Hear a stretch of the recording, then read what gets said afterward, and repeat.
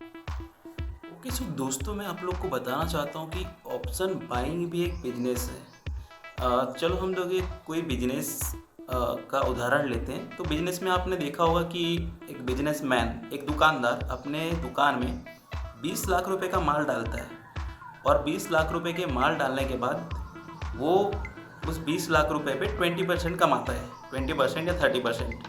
उसके लिए वो 1 महीने का एफर्ट लगाता है या 2 महीने का एफर्ट लगाता है, तब जाके उसके 1 लाख रुपए में 30,000 रुपये का मुनाफा होता है, मतलब लाभ होता है उसको। तो उसके लिए वो रोज़ सुबह उठता है, नहाता है, 8:30 बजे अपनी दुकान खोलता है। खोलने के बाद नंबर ऑफ कस्टमर्स, मतलब 1,000 1,500 कस्टमर्स के साथ वो डील करता है। डील करने के बाद अपने 1,000 रुपये का सामान, 500 रुपये का सामान वो बेचता है। तब जाके वो 1 लाख रुपए का सामान एंड ऑफ द मंथ, वो सामान में उसको 20,000 रुपये का मुनाफा होता है। तो भी आप लोग ऑप्शन बाइंग में ऐसे एक्सपेक्टेशन कैसे रख सकते हैं कि आप 20,000 रुपये डालोगे और 10,000 मिल जाएगा दिन का, 20,000 रुपये डालोगे, 20,000 रुपये मिल जाएगा दिन का। भाई, ऑप्शन बाइंग कोई पैसे की दुकान नहीं है या खजाना नहीं है।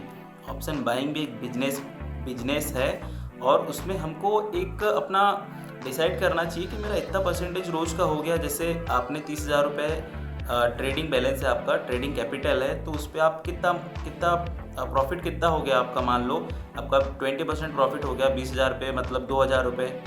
10% होता है और 20% हो जाएगा 4,000 रुपये। 3-4 हज़ार रुपये प्रॉफिट हो गया 20,000 पे। या 10% भी हो गया दिन का।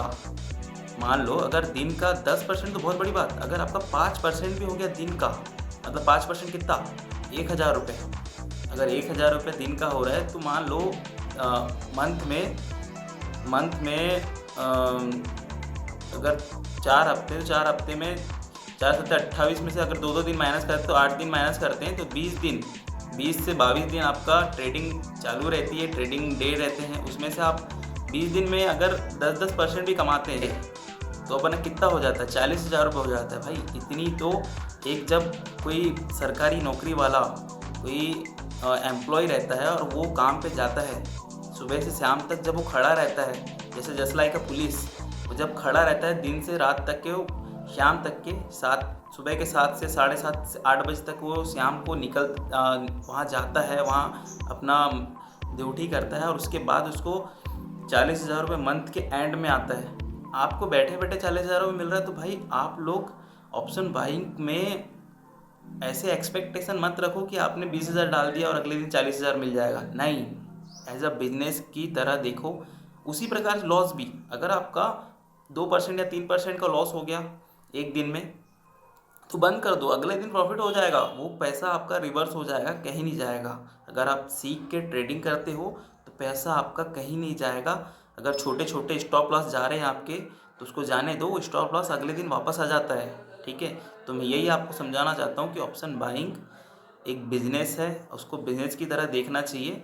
और परसेंटेज बेस पे काम करो, ना कि डबल हो गया, आधा हो गया, ये नहीं।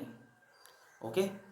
तो मैं आपको बताना चाहूँगा कि रिस्क टू रिवार्ड पे, रिस्क मतलब मार्केट में आप आओ, रिस्क टू रिवार्ड के अकॉर्डिंगली अपना ट्रेड प्लान करो। मतलब आपने 10,000 रुपये डाले, आपका मान लो 10,000 रुपये पे 500 रुपये का लॉस हो गया, तो आप कट कर दो उस ट्रेड को।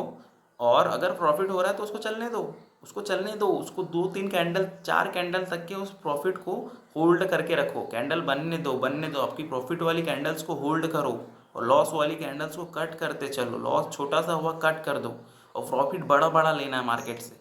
इसको ही बोलते हैं ट्रेडिंग। ओके। Trading is